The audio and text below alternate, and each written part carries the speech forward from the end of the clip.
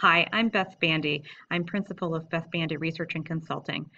In this video, I'm going to show you how to look up business registers across the European Union from one website. I will put the link to this website in the English language version of that link in the program notes for this video. But briefly, the website is e-justice.europa.eu. So this is a website that covers a lot of different topics. You'll see here it's called European Justice, e-Justice, and it covers numerous things that may be of interest to you depending on what kind of research you're doing. In this case today, we're just looking at business registers.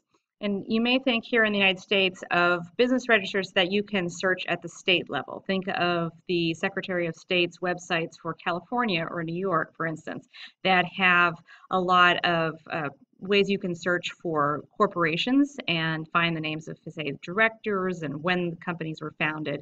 That type of information at a state level is available through those websites. In a lot of European countries, there also may be corporate registers at the sort of local, regional level, at the equivalent of a state level or provincial level, and then that information is often aggregated and is available at a national level. What this website does is it takes information from the national level in countries all across the EU and sort of brings them all together.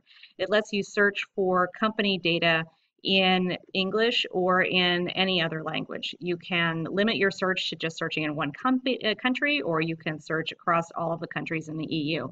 This service can be really, really helpful because if, for instance, if you're trying to research a director and you don't know which company he works for or the correct name of his company, you can search for his name in here and pull up records for all the companies with which he's affiliated. And you also can look for the various locations of a specific company, which I'll show you in a minute. So you may have one large multinational company that may have a headquarters in one country, but may have offices in other countries as well. And so to do your research, you may want to know about all of those. And this website brings all of the data from corporate registers across Europe into one location, so you can do that kind of search effectively. Now, the first thing I'm going to do is show you that this is what the website looks like right now. And when you're on this site, you want to scroll down on the left-hand column, you'll see a thing called registers. And you'll see that there are business registers, land registers, and insolvency registers. What we're going to look at are the business registers at the European level, but you also can go to registers at the member state level if you want from here. Now, what I'm going to show you though is that this is also a beta version of, there is a beta version of a new portal. And I'm going to show you what that looks like in case you check out this video a couple months from now and the website is totally changed. I wanted you to make sure that you can find the information you need. So this is the English version of the beta version of the portal. And what we're going to do is just scroll down here. You'll see lots of different topic areas. And if you keep scrolling down on the left-hand side, here are registers, businesses, insolvency, and land registers. So what we're going to do is hit show more. And business registers are here. So this is going to be more of a list, I believe, of registers in the EU. And this down here is probably where you want to go to search for an actual company in the business registers. Now I say, I think this is where it's going to be, because what happens when you click on one of these links right now, this is just a beta version, you get a message saying that the link you're following has not been updated. There's no new version. And so you're going to use an older version, which is available online right now. I'm going to take you back to that original portal page we went to and show you how that works. But this is how you'll navigate the site whenever it finally goes live. The beta version is finally the official version. Okay,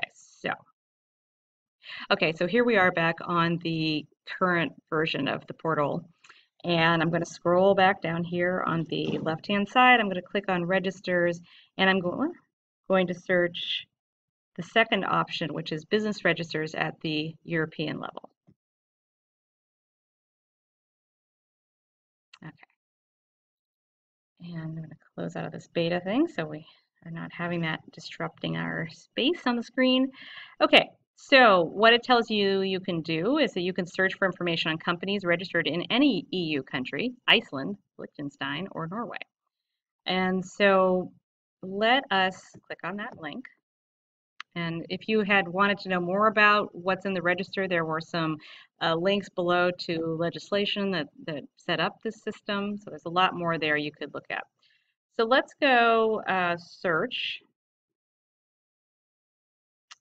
And you can see here that I was searching for Microsoft. And of course, this is an international company. It's not based in Europe, but it does have a lot of offices in Europe. So I wanted to show you sort of the range of material you can get using a company that's large, but know that you may not find as much information as what we're going to find on here today with the company you're looking for, especially if that company is just in one country.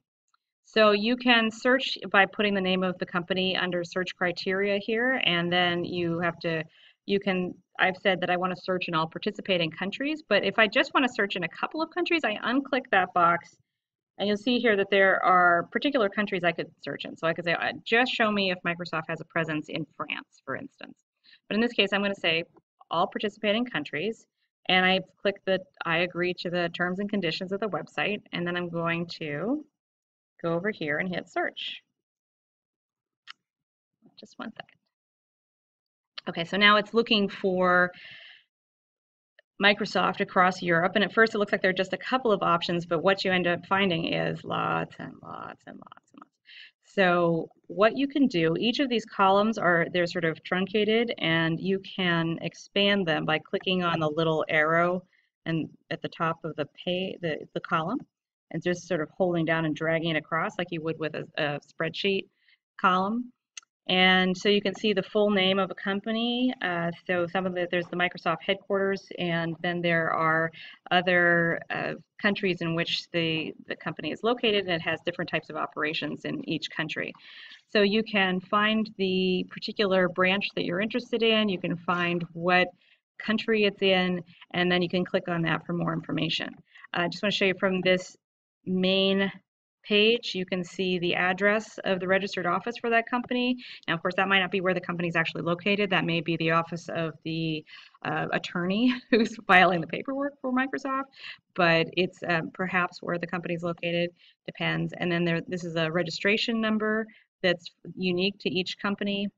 It tells you what kind of company it is. Now, obviously, these are names for the company types that are in the local language of whichever country the company is located in. So you may have to do a little translation there if you don't know what those terms mean. And then there are additional ID numbers over here. So if you just click on the first one just to see what type of information is here, you can see company details, and it's taking a little minute to open up here.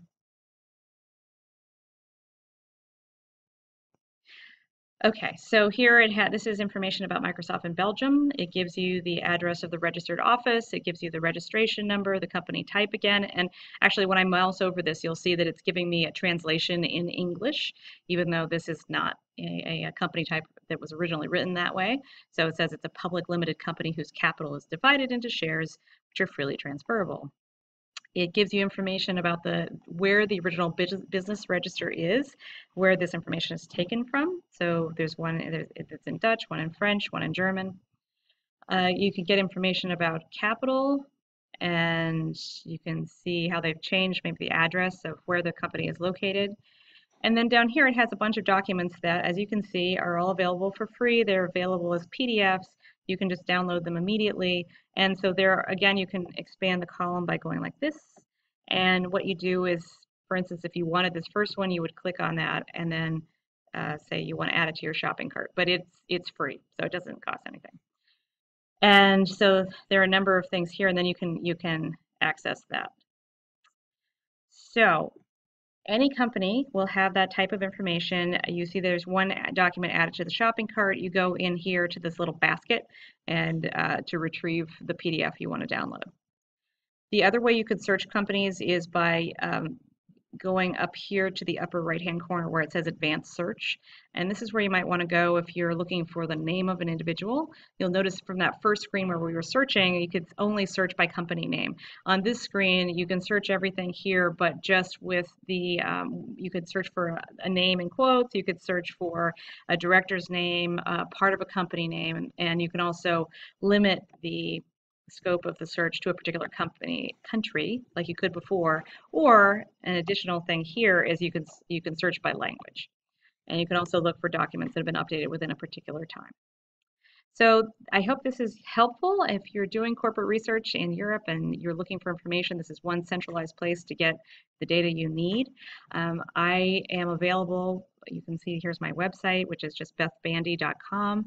If you have any questions about what's in this video or need assistance doing research in Europe, please give me a call or send me an email at the address here, and I'd be happy to help. Thank you.